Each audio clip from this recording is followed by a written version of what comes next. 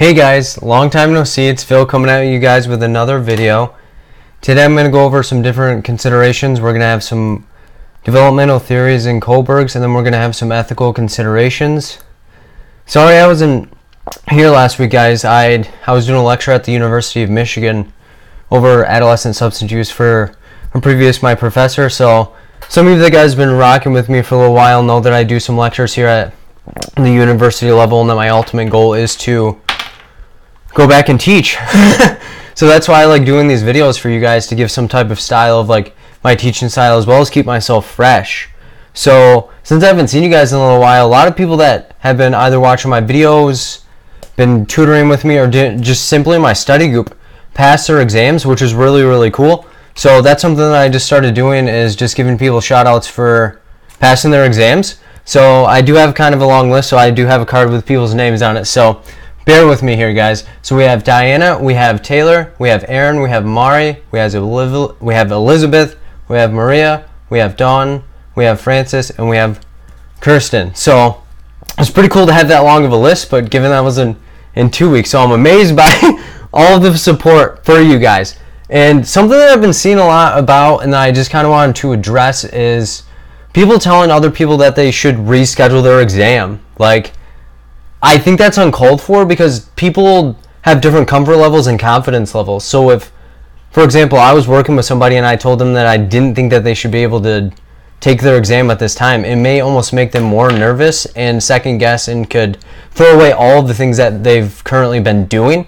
So my suggestions for people is to always focus on your situation and your experience and your journey before even wearing outside of yourself to wonder, because my confidence level is different than that person's confidence level, and their experience with previous exams is different than mine was and will be on my exam. So I need to remember, this is my journey, not anyone else's. So stay focused, guys. This is your guys' exam, and if you feel like you need to reschedule, I would ask myself, why? Is it confidence level, or is it actually competency level? And if you do have a wearing on the competency level, that may beg the question, but reach out to people. There's amazing groups on Facebook that are available. I'm available to people. There's other amazing people that are doing amazing things. So there are resources to help people. So I always recommend people to stick to their plan, stay in their zone, develop a routine, and stick with it and get through it. Because ultimately, second guessing yourself and not being confident in your abilities is not going to lead you to end up passing the exam. And if you do, like, what is your practice implementations going to look like beyond that? So stay true to yourself, stay confident in yourself, and reflect on where you came from and what you've overcome to get to this point in your career, because you're more powerful, stronger, more intelligent than you guys give yourself credit for. You guys are amazing. I say it every time. The amount of support that you guys show me shows it, as well as just you guys being yourself. And with that being said, I just wanted to get that out of my chest, because I've been seeing a lot of people like self-doubting other people or perpetuating people into situations that we otherwise wouldn't. So remember that we're all social workers. We ultimately just need to support each other and stay true to the profession. Let's get into this, guys. I'm fired up and I love it. I'm back and I'm not going anywhere. Okay, so I do offer private tutoring, or if you have just questions at all in general, I just want to provide my email to you guys, let you guys know that I am a resource for you guys, and that I do get back to people, but do bear in mind that I do have 2 other jobs besides this, as well as the individual tutoring. So give me some time to get back to you guys, but I will ultimately end up getting back to each and every one of you guys.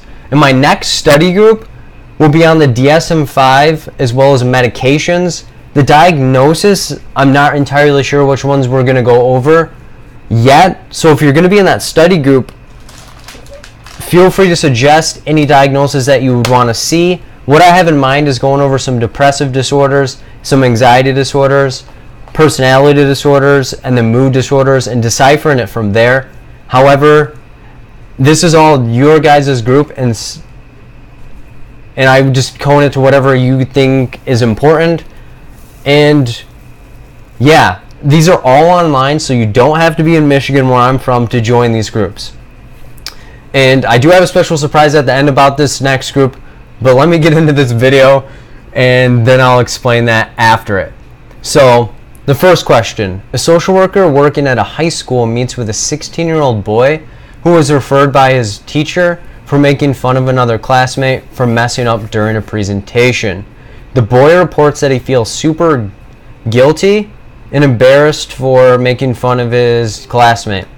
The boy begins discussing how all of his friends are going to think he's a bully and how they will no longer want to be around him. The boy reports that he struggles with impulse and often finds himself getting into trouble.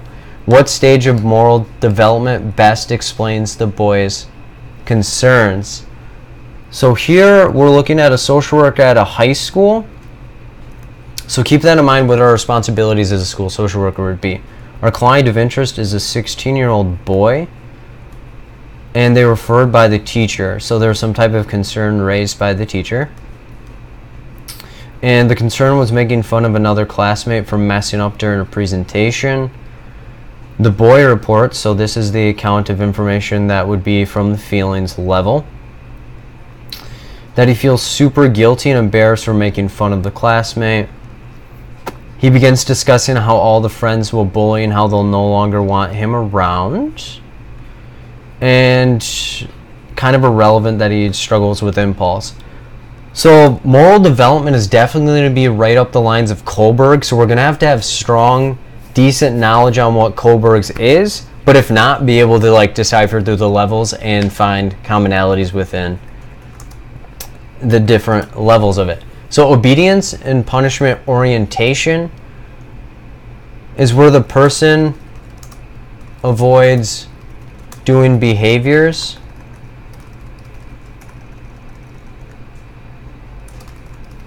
to avoid punishment.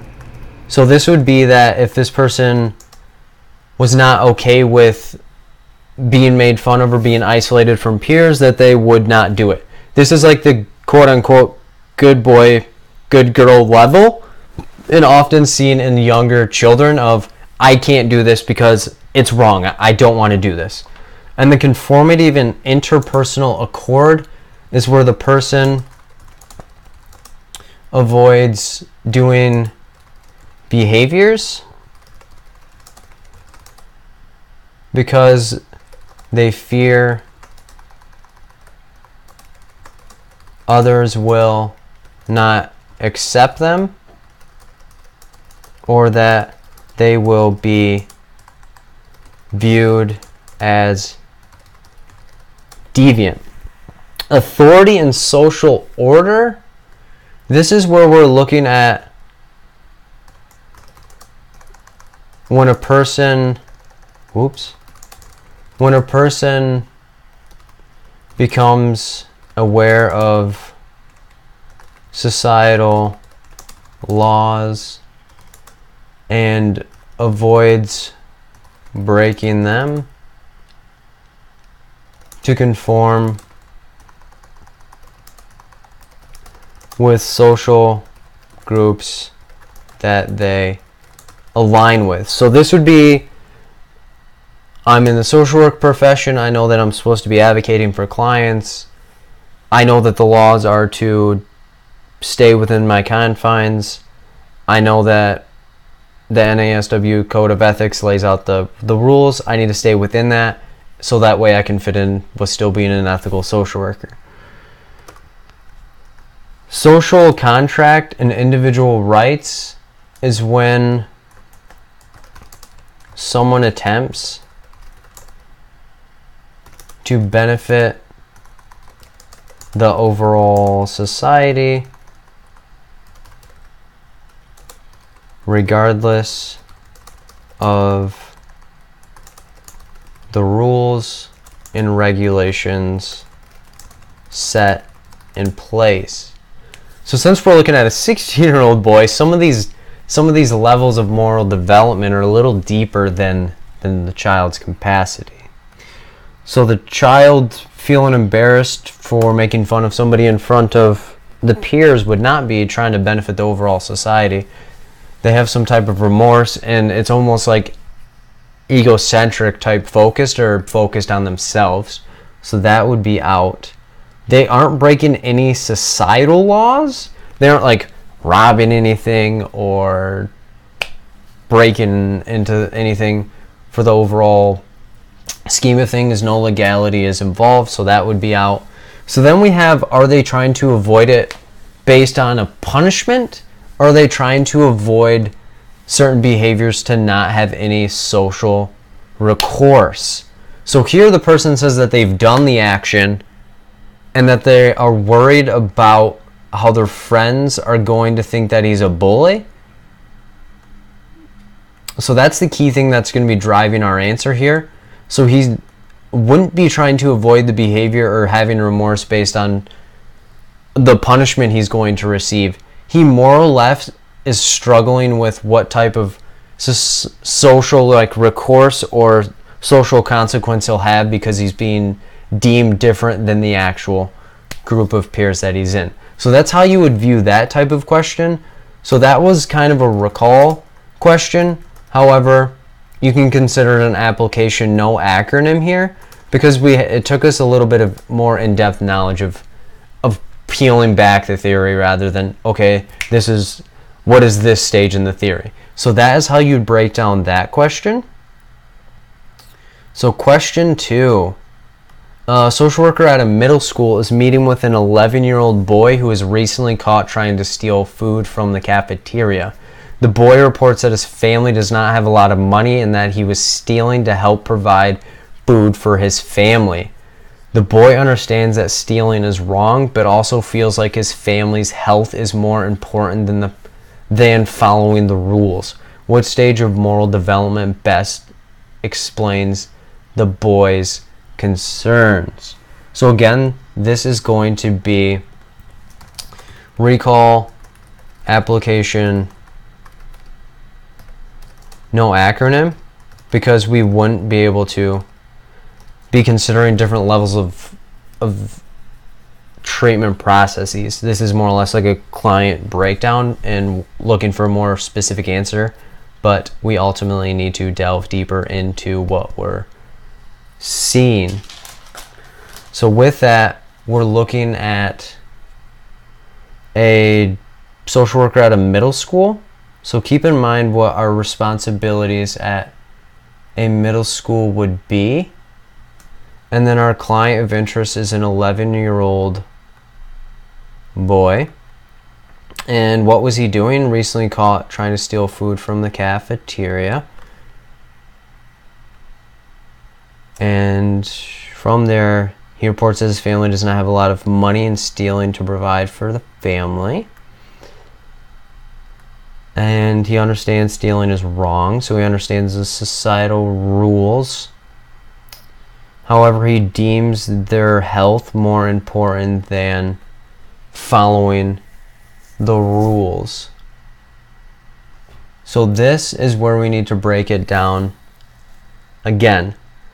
So the options we have are authority and social order, societal contract and individual rights, universal principles, and individualism and exchange. So as stated previously, authority and social order is when a person becomes aware of societal laws and avoids breaking them to conform with social groups they align with. Societal contract and individual rights is when someone attempts to benefit the overall society regardless of the rules and regulations set in place. So this is when we have two unique ones: universal principles and individualism in exchange. So universal principles, if you can imagine, since it has a focus more on the universal, is when someone has a set of rules and a set of rules and morals that are beyond that of what society has established, yet it benefits a particular group of people. So this is where it's universal. So this is something that we see a gap and that we want someone to be able to figure it out. So this is where someone establishes their own sets of what should be done and what they would like to see. So what they would like to see in society. And then individualism in exchange is when someone will recognize there is more than one way of doing things, yet they cling to the ways of an authority figure they look up to. Okay, so we'll rule out individualism in exchange because they're not really looking up into an authority figure, and authority and social order would be ruled out because yes, they are concerned of the societal laws, but in this concern it's more or less so that they don't break what is normally expected. So this person is breaking the laws for the benefits of the overall. So that begs the question, is the person benefiting the overall society and neglecting the rules and regulations set in place? Or is this person setting up their own rules and regulations and morals for what they would like to see, particularly in society? So here, we're going to rule out B because they are going against what is normally expected based on society. However, they aren't really trying to establish their own, because this is somebody that, yes, they want to benefit themselves and their family. However, this person is stepping further than a particular group of people, and that they feel that there is potentially is a gap within the cost of food as well as like the accessibility of food. So this person would be stepping further than that and would be doing the universal principles of where they think that there's a different way of doing things and that they need to bridge the gap, and that they're prepared to defend what they think is right based on that. So that would be the correct answer there. But Kohlberg's theory is pretty vague and has a lot of overlapping principles.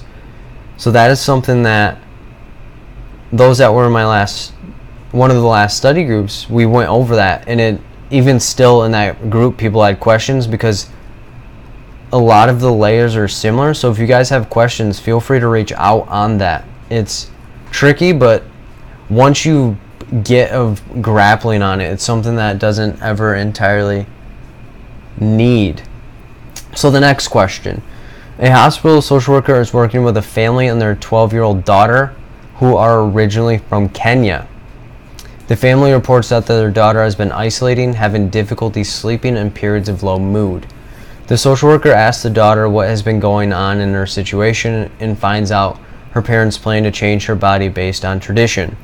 Upon further discovery, the family plans to mutilate her genitals to prepare for womanhood. What should the social worker do next?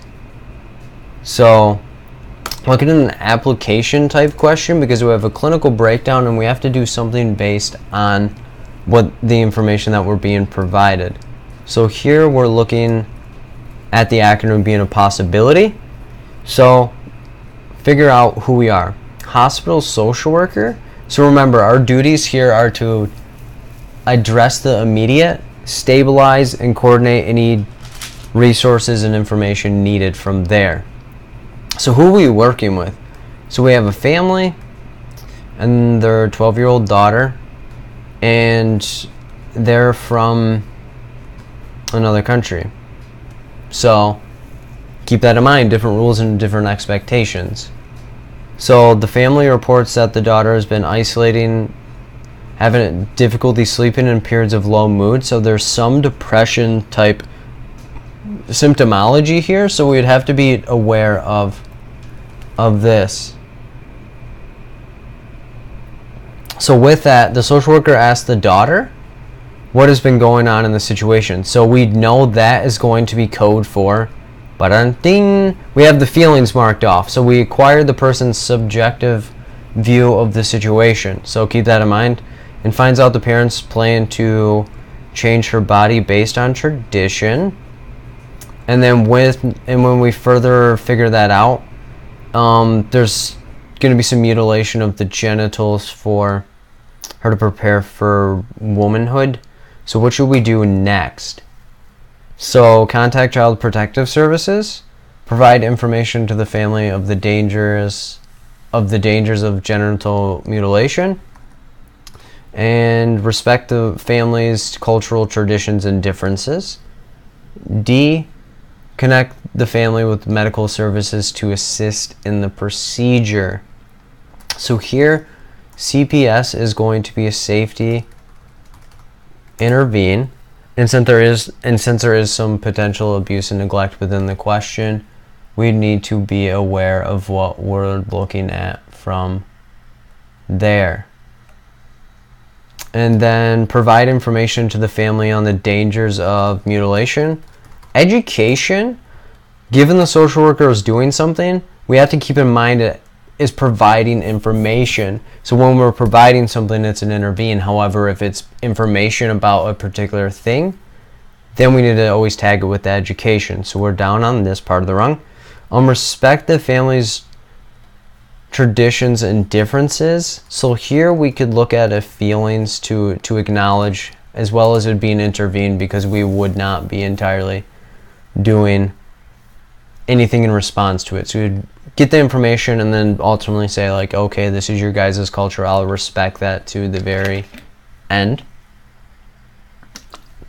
Connect the family with the medical services. So that would be an intervene. Whew. Okay, so connected the family to the medical services would not be the first thing that we'd want to do. That's a little fast and a little quick. So we don't want to jump into this and go to action faster than we entirely need to. Providing education might be helpful, but not in this situation. If it's a family tradition, they typically probably have the information that they need on the female genitalia mutilation. So they want to, ultimately, if we give them the information, it could help sway some action, but at the end of the day, it's not going to give us the immediate action that we're looking for, or that could contribute to the situation and alleviate either the mental health and or the daughter's worries. So that begs the question, do we want to go to CPS, or do we want to respect the family's cultural traditions and differences? And you always want to keep in mind that the exam may throw in a different country or different racial or ethnic background to trip you up. However, it can help guide you, but in this certain situation, it would not dictate what we ultimately need to do as social workers. And if we follow the acronym, safety intervene is going to be over feelings intervene. So with that, we're going to look at that being the correct answer, because there is a potential abuse and neglect. Because let's say as a hospital social worker, we'll let this family and daughter go home, and the 12-year-old ultimately gets the female genitalia mutilation. It could ultimately dictate and discern her life and like put her into a different pattern that we potentially could have avoided. So that is what we need to do. Getting CPS involved would allow for them to monitor and then ultimately help influence the situation, as well as protect the daughter's safety. So that would be the correct answer there. And always be wary that even though they put racial and ethnic minorities like I did in this question, you always want to be privy to, like, is it adding or taking away from the question? And if so, how? And if not, why not? Alright, so a social worker in an outpatient clinic just recently terminated services with a 26-year-old client who had been working with for 1 year. The client and therapist worked on positive ways for the client to establish relationships in his life. The social worker received a friend request on Facebook from the client. What is the most appropriate action for the social worker to take? So here we're looking at social worker in an outpatient clinic, so we're looking at more of like long-term services as well as addressing immediate like mental health style symptomology. The client recently terminated and they are 26 years old and they had been working together for 1 year. So the client therapist worked on ways for the client to develop positive relationships. And then the main concern here is a Facebook request. So remember, in 2018, the Code of Ethics changed so that we could adapt to the technological advancements as well as technological involvement in therapeutic settings and what we need to do. Since social media is a growing giant, we need to address and assess what actually is inappropriate and what we are able to do within that situation. So, A, accept the friend request because it shows therapeutic progress on the client's end. B, accept the friend request to allow for the social worker to stay connected with the client. C, decline the request since it is unethical for the social worker to have relationships with clients. D, decline the friend request since it would be unethical for the social worker to stay connected with the client. So I'll automatically rule out A and B because we wouldn't accept the friend request, because accepting a friend request from a previous client or a current client would put the social worker as well as the client in an odd situation that could create either a dual relationship or a conflict of interest. So if clients have too much information on therapists as well as therapists have too much information on clients, it could create blurred lines. And as practicing social workers, we want to make sure that our licenses and identities as well as information is protected. So then would beg the question, do we decline it based on the fact that we're not supposed to have a relationship with clients, or we decline it because we aren't allowed to stay connected with clients? So here we're going to rule out D, because it's okay for social workers to stay connected with clients, such as if you do a follow-up call to see like, hey, how is your treatment progress going? Like if you work in a substance use agency, how's your sobriety going? What did you find helpful? What did you not find helpful? Have you relapsed or anything like that? So it's okay if we stay connected in that way, but we also want to stay connected where it's based on a therapeutic level. So with that, we'd step outside of the therapeutic and ethical level if we develop relationships beyond the therapeutic one with clients. So that is where you'd want to stay within, because only once therapists develop outside relationships with clients does it become unethical, and conflict of interest as well as dual relationships can form pretty quickly and get pretty sticky and hard for you to retract or keep a professional from there. So remember, it's important to be acquainted and understand the new technology requirements within the Code of Ethics. So then, the next question, a social worker at a community health agency has been working with a 13-year-old boy who recently disclosed that he has been smoking marijuana with his friends after school. The boy tells the social worker that he does not want to tell his parents because he's not sure how they will react to the news. The boy asks the social worker whether he will tell his parents or not. What should the social worker do in this situation? So, we're a social worker at a community health agency. We've been working with a 13-year-old boy, so minor, and they recently disclosed they've been smoking marijuana. The boy tells the social worker he does not want to tell the parents because he's not sure how they will react to the news. The boy wants to know what the social worker is going to tell them and what should they do in this situation. So here we're looking at more of an application reasoning, because we do have a client write-up. However, we need to come up to a solution to a problem. So do we disclose, do we not disclose, and at what capacity are we allowed to do so? So keep that in mind. So A, remind the boy of the social worker's obligation to disclose information to his parents since he's a minor. B, inquire about the boy's fear regarding telling his parents. C, suggest that the boy invite his parents into a session so he can tell them about his substance use in a safe environment. D, provide information on ways the boy can tell his parents in a calm manner. So remind the boy of the social worker's obligation to disclose information to his parents since he's a minor.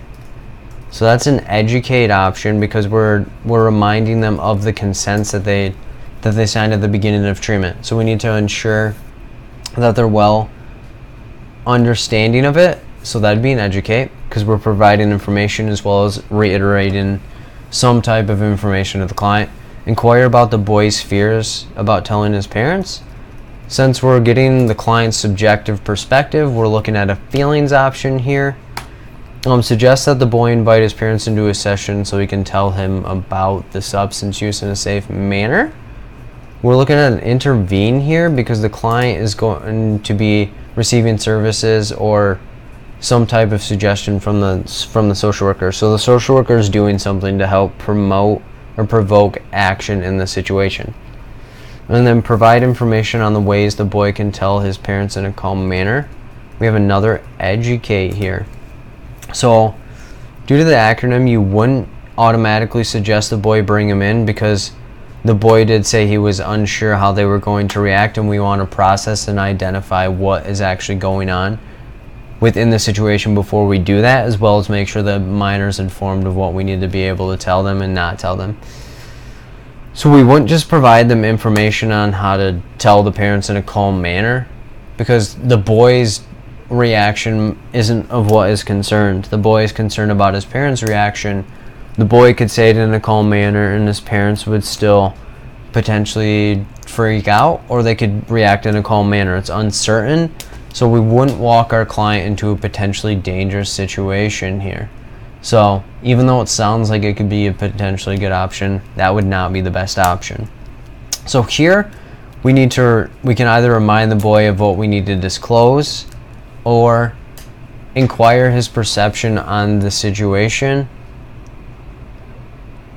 But this is how we're going to just rule out A, because even though we have to make sure the client is informed about the particulars on the situation of the consents, we need to inquire why the boy is afraid. Like, we need to get his subjective view and understand why he's a little bit hesitant.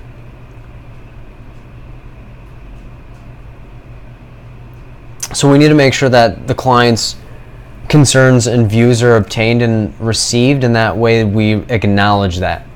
So with that, that is all that I have for this particular video. But don't go anywhere, guys. If you're interested in private tutoring or just have any questions in particular, send me an email. My next study group on the DSM-5 and medications, if this video can get 150 likes before 12/23, I will do a buy one get one. So if you buy admission to this study group, you'll be able to bring a friend along with you. The slots are kind of limited, however there is enough for a lot of people, but I would send your admission fee in as quick as you can, so that way yours as well as your friend's spot is reserved. However, if you just want to buy admission and say Phil select somebody that you would like to have in the group, then that is an option too. So again, if this video gets 150 likes before December 23rd, I will do a buy one get one. But the sooner we get the likes, the sooner we can start coordinating you being able to bring a friend. So that is my gift to you guys. I want to give back and make sure that we get more people exposure and information that you could find and deem helpful for them. This is the holiday season. I'm a giving person. I want to make sure that we help people prepare for the exam as best as we possibly can. So again, comment any feedback that you guys have on the video. Punch that like button, and if we get 150, we can do buy one get one group. So if you buy admission, you can bring a friend along with you. Subscribe if you're not already subscribed to my videos. It gives you an email notification, allows you to be a part of the live stream as well as get first access to my videos. Again, guys, I really appreciate you guys coming and watching these videos, and that you guys are finding it helpful and spreading the word to people that you could find it helpful. My challenge for you this week, guys, is to stay confident and true to yourself, because you're way more powerful than you guys give credit to. Don't let anyone tell you that you aren't powerful and worthwhile, because you can. You guys are going to walk into this exam. You are going to dominate, and you guys are going to do amazing things. It is my pleasure to be able to do these videos, guys. And like I said, I'm back for the long haul, and I love you guys. So that's all I have for this video, guys. Take care, guys.